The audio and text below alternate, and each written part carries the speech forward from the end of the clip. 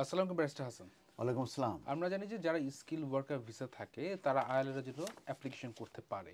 সেক্ষেত্রে কি তাদের এখনো 5 বছর অপেক্ষা করলে হবে নাকি 10 বছরের জন্য অপেক্ষা করতে হবে, এবং কি কি শর্ত পূরণ করলে সে আইএলআর পেতে পারে? প্রথমে আমি বলি যে এই 5 ইয়ার্স আর 10 ইয়ার্সের যে ইস্যু, এটা মূলত প্রথম আমরা জানতে পারি 12 মে 2025-এ যখন ইমিগ্রেশন হোয়াইট পেপার পাবলিশড হয়।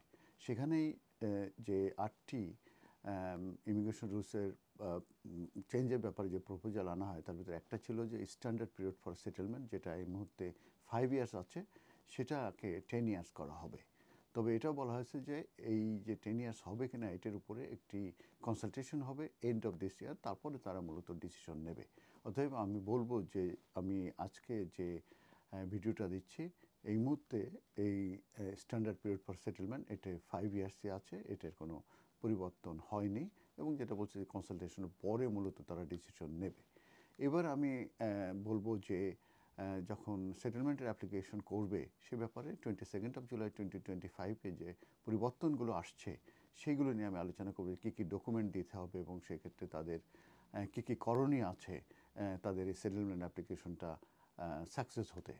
প্রথমে আমি আসি যে যখনই এই সেটেলমেন্ট অ্যাপ্লিকেশনটা করতে হবে, সেটা কিন্তু অনলাইনে অ্যাপ্লিকেশন করতে হবে এবং একটা ফিস জমা দিতে হবে এবং সমস্ত ডকুমেন্টগুলো কিন্তু আপলোড করতে হবে, এবং তারপরে একটি বায়োমেট্রিকের ডেট নিতে হবে, এবং সেখানে যে বায়োমেট্রিক দেওয়ার পরে মূলত এটা কেস ওয়ার্কারের কাছে অ্যালোকেশন হবে। তখন কেস ওয়ার্কার মূলত দেখবে যে অ্যাপ্লিকেশন ফর্ম সহ যে সাপোর্টিং ডকুমেন্ট আছে সেগুলো সে স্ক্রুটিনাইজ করে তারপরে একটি ডিসিশন নেবে। তো যখন কেস ওয়ার্কারের কাছে যাবে তখন কেস ওয়ার্কার কিন্তু এখানে শুট কথাটা বলা হয়েছে, সেটা হচ্ছে যে তাদেরকে লাস্ট 12 মান্থে ফ্রম ডেট অফ অ্যাপ্লিকেশন থেকে প্রিসিডিং 12 মান্থস তাদেরকে কিন্তু অটোমেটিক যে চেক করার যে ফ্যাসিলিটি আছে, পেই রেকর্ড লাস্ট 12 মান্থের, এটা কিন্তু দে মাস্ট ডু দ্যাট। তার মানে কেউ যখন সেটেলমেন্ট অ্যাপ্লিকেশন করছে, ওই অ্যাপ্লিক্যান্টের যে 12 মান্থের যে পেই রেকর্ড আছে, সে ট্যাক্স দিয়েছে কিনা, এনআই কন্ট্রিবিউশন করেছে কিনা, এটা কিন্তু পেইতে, এইচএমআরসির পেইতে এটা কিন্তু পাওয়া যাবে, এবং সেটা কিন্তু হোম অফিসের সঙ্গে কিন্তু ওদের কিন্তু ডাইরেক্ট লিঙ্ক আছে, এবং তারা কিন্তু ওইটাই তারা ঢুকতে পারবে। তো ওই অটোমেটিক যে সিস্টেম আছে সেটার মাধ্যমে তারা এটা চেক করবে, এবং যদি দেখে যে এই তাদের 12 মান্থসের এই ট্যাক্স দিয়ে আছে, না কন্ট্রিবিউশন দিয়ে আছে, তাহলে কিন্তু এই সাইডটাই কিন্তু কভার হয়ে গেল। অতএব যারা ট্যাক্স দিচ্ছেন না কিংবা ভবিষ্যতে যদি না দেন, এবং বিশেষ করে ওই লাস্ট 12 মান্থে, তাহলে কিন্তু তাদের অ্যাপ্লিকেশন কিন্তু পজিটিভ হতে কিন্তু সমস্যা হতে পারে। আর আরেকটা জিনিস বলা হয়েছে যে যদি দেখা যায়, তার মানে কি, তারা যেহেতু অটোমেটিক্যালি এটা চেক করতে পারবে, চেক করবে, অতএব অ্যাপ্লিকেশনে পে স্লিপ কিংবা ব্যাঙ্ক স্টেটমেন্ট দেওয়ার প্রয়োজন নাই। তবে আরেকটা জিনিস বলা হয়েছে, যদি তারা যদি তারা চেক করতে না পারে, সেই ক্ষেত্রে কিন্তু তারা একটি পে স্লিপ এবং একটি ব্যাঙ্ক স্টেটমেন্ট কিন্তু তারা চাইতে পারে কিংবা সাবমিট করতে পারেন, এবং সেটাতে বলা হয়েছে যে ডেট অফ অ্যাপ্লিকেশনতে যেন 31 ডেজের পুরনো না হয়, এটা 31 ডেজের ভিতরে এটা মূলত ডেটেড হতে হবে, তাহলে তারা কিন্তু এটা অ্যাকসেপ্ট করবে।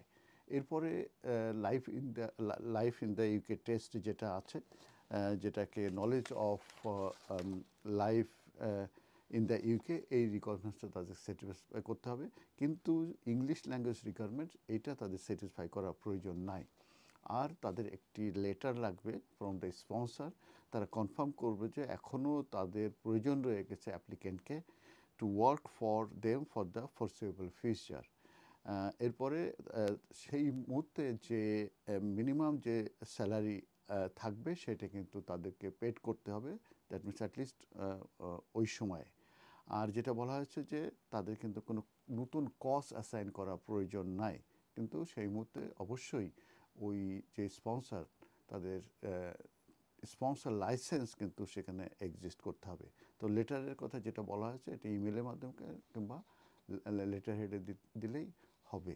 তো এই আর এছাড়া সুইটেবিলিটি টেস্ট সহ অন্যান্য যেগুলো আছে, 5 ইয়ার্সের যে রেসিডেন্স যে টেস্ট যেটা আছে, যে প্রত্যেক 12 মান্থে 6 মাসের বেশি ইউকের বাইরে থাকা যাবে না, এটাও কিন্তু তাদেরকে স্যাটিসফাই প্লাস সুইটেবিলিটি যে ক্রিমিনাল কনভিকশন সহ অন্য কোনো রকমের কনভিকশন কিংবা কোনো ব্যাড ক্যারেক্টার থাকতে পারবে না। এই ডকুমেন্ট এবং এইভাবে যদি রিকোয়ারমেন্ট স্যাটিসফাই করা যায় তাহলে কিন্তু তাদের অ্যাপ্লিকেশন সাকসেস হবে। আমরা এমকে হাসান সলিসিটর এই ব্যাপারে আমরা সার্ভিস দিয়ে থাকি। আপনাদের কোনো হেল্প লাগলে 0207 426 0858-এ কল করে অ্যাপয়েন্টমেন্ট নিয়ে আপনারা অ্যাডভাইস নিতে পারেন। ধন্যবাদ।